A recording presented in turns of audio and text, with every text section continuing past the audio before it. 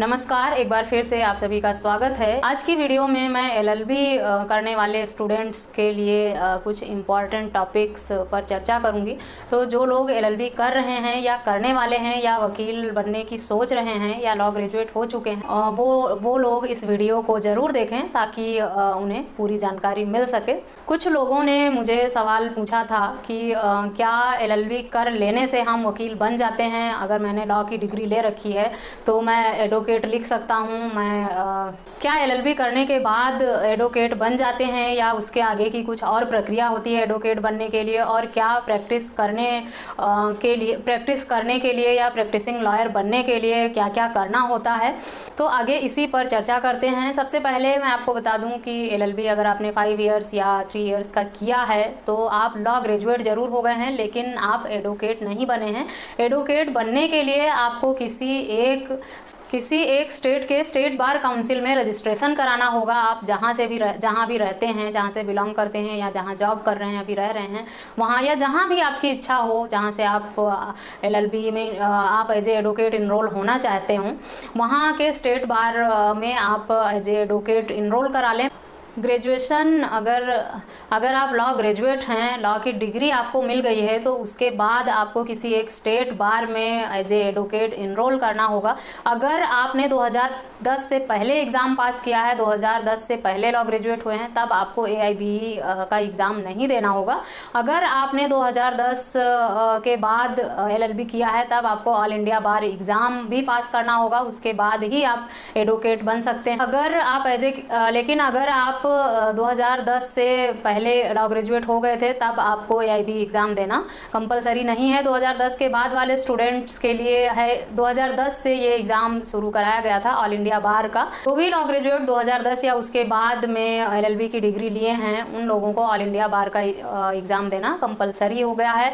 पर अगर आप LLB की डिग्री ले लेते हैं, उसके बाद एज ए एडवोकेट आप किसी स्टेट बार में इनरोल हो जाते हैं। उसके बाद स्टेट बार में इनरोल होने के बाद आपको एक प्रोविजनल सर्टिफिकेट और ID दी जाती है, जिस पर प्रोविजनल लिखा होता है, और उसकी वैलिडिटी 2 साल होती है। 2 साल का समय आपको दिया जाता है कि आप उस 2 साल में AIBE का एग्ज़ाम पास कर लें। और उन 2 सालों में AIBE हर 6-6 महीने में साल में 2 बार एग्ज़ाम कंडक्ट कराता है, यानी 2 साल में आपको 4 मौके मिलेंगे। अगर उन 4 अटैम्प्ट में आप पास कर लेते हैं एग्ज़ाम तो बहुत अच्छी बात है। अगर नहीं पास कर पाते हैं, क्योंकि एग्ज़ाम बहुत इजी नहीं होता है, अगर आपने पढ़ाई अच्छे से की है तब तो आपके लिए एग्ज़ाम इजी है, आप पास कर लेंगे। पर अगर आपने रेगुलर कॉलेज नहीं किया है, पढ़ाई अच्छे से नहीं की है, तब आपके लिए एग्ज़ाम पास करना थोड़ा मुश्किल हो जाता है। पर परेशान होने की कोई बात नहीं है। अगर आप 2 साल में पास नहीं भी कर पाते हैं एग्ज़ाम, तो भी कोई ईयर की लिमिट नहीं है कि आपको इतने साल में ही एग्ज़ाम पास करना है। आपके पास आगे भी मौके हैं। आप 2-4 साल में, 6 साल में, 10 साल में, जब आप चाहें फिर से एज ए एडवोकेट इनरोल हो गए और आपको एग्ज़ाम का टाइम नहीं मिला किसी भी वजह से, या एक बार अटैम्प्ट किया, आपको लगता है आपको बहुत समय चाहिए पढ़ने के लिए और आप दोबारा नहीं अटैम्प्ट किए, 2-4 साल के ब्रेक के बाद जब आप चाहें कि अब आपके पास समय है पर्याप्त और आप पढ़ के AIBE का एग्ज़ाम क्लियर करना चाहते हैं, तब आप वो एग्ज़ाम क्लियर कर सकते हैं। ऐसा नहीं है कि आपको सिर्फ 2 साल में ही एग्ज़ाम पास करना कंपलसरी है। इस टॉपिक पर डिटेल में मैंने पहले से ही वीडियो बना रखी है, अगर पूरी जानकारी चाहते हैं तो कृपया वहां से देख सकते हैं। 2 साल का जो प्रोविजनल पीरियड है, इसमें आप कोर्ट में अपीयर हो सकते हैं एज ए एडवोकेट, सीनियर के साथ प्रैक्टिस भी कर सकते हैं, पर अकेले वकालतनामा आप साइन नहीं कर सकते बिना किसी सीनियर लॉयर के साथ। उसमें एज ए आप एसोसिएट लॉयर या एज ए जूनियर लॉयर आप किसी सीनियर के साथ अगर प्रैक्टिस में हैं तो आप उनके साथ अपने केस जो भी हैं उन्हें लगा सकते हैं। एज ए एडवोकेट इनरोल होने के बाद जो आपको 2 साल का पीरियड प्रोविजनल मिलता है, इसमें आप एज ए एडवोकेट अपीयर हो सकते हैं कोर्ट में। पर अगर 2 साल में आप एग्ज़ाम पास नहीं कर पाए, तब आप एज ए एडवोकेट अपीयर नहीं हो सकते कोर्ट में। 2 साल का जो प्रोविजनल पीरियड दिया गया था वो खत्म हो जाता है। आपका रजिस्ट्रेशन जो है वो एज इट इज़ रहता है। आपको फिर से स्टेट बार में रजिस्टर्ड नहीं कराना है। आपका इनरोलमेंट नंबर जो भी दिया गया था वो सेम रहेगा। बस एग्ज़ाम पास ना कर पाने की वजह से आप अपीयर होने से एज ए एडवोकेट रोक दिए जाते हैं। जब आप एग्ज़ाम पास कर लेंगे तब आप फिर से एज ए एडवोकेट अपीयर हो सकते हैं कोर्ट में। लोगों के मन में सबसे बड़ा सवाल यही आता है कि अगर मैं 2 साल में नहीं पास कर पाया, मैंने कहीं और नौकरी कर ली थी या कोई वजह थी या बीमार हो गया था या किसी भी पारिवारिक समस्या की वजह से या हेल्थ प्रॉब्लम की वजह से या जो भी मैटर रहा हो उसकी वजह से मैं 2 साल का टाइम निकल गया, तो अब मैं एडवोकेट नहीं बन सकता, पढ़ाई बेकार हो गई, ऐसा कुछ भी नहीं है। 2 साल बाद, 6 साल बाद जब आपका मन करता है आप एग्ज़ाम पास करके और आपको प्रोविज़नल के बजाय आपको सर्टिफिकेट ऑफ प्रैक्टिस मिल जाएगा, जिसको COP कहा जाता है, और COP नंबर भी आपको सर्टिफिकेट के साथ मिल जाएगा। तब आप हो जाएंगे परमानेंट एडवोकेट।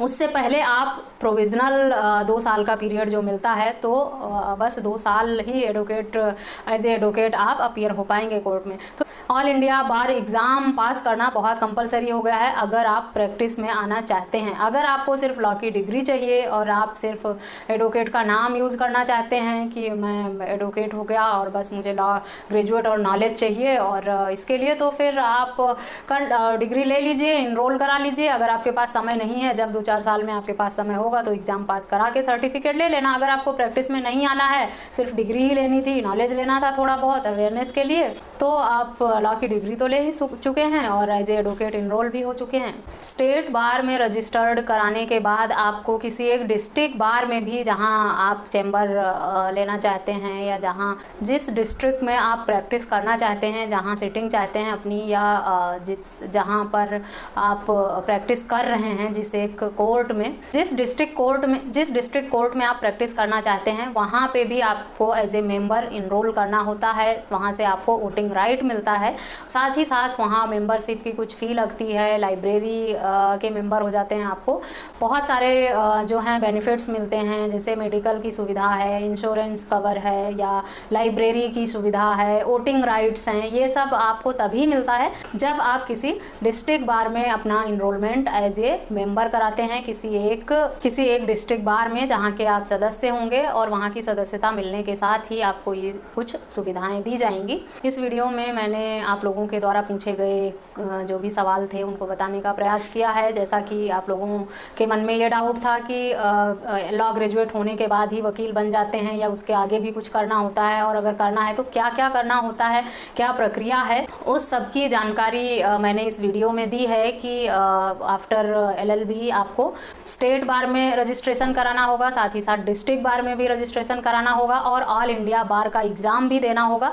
और ये एग्ज़ाम और मेंबरशिप जो भी जहाँ इनरोल होते हैं, इन सब की एक फ़ी होती है। ये स्टेट वाइज अलग अलग होता है। ऑल इंडिया बार के एग्ज़ाम की जो फ़ीस है वो 3500 है, और ये भी टाइम टू टाइम बढ़ती रहती है। पहले कम थी। 2010 में जब ये एग्ज़ाम शुरू हुआ था तो इसकी फ़ी 2010 में जब ये एग्ज़ाम शुरू कराया गया था तो इसकी फ़ी 1300 रुपये ही थी, लेकिन अभी ये 3500 है। फ्यूचर में हो सकता है और भी बढ़ा दी जाए। इसी तरह से अन्य स्टेट की जो है अन्य स्टेट बार काउंसिल की जो मेंबरशिप फ़ी है, ये स्टेट बार में जो है ये वन टाइम मेंबरशिप फ़ीस आती है। बाकी जो डिस्ट्रिक्ट बार में है उसमें मंथली और ईयरली मोड का ऑप्शन होता है कि ईयरली इतना आपको पे करना है, या मंथली मोड में करना चाहते हैं, या मंथली आपकी इतनी जो है मेंबरशिप फ़ी जाएगी।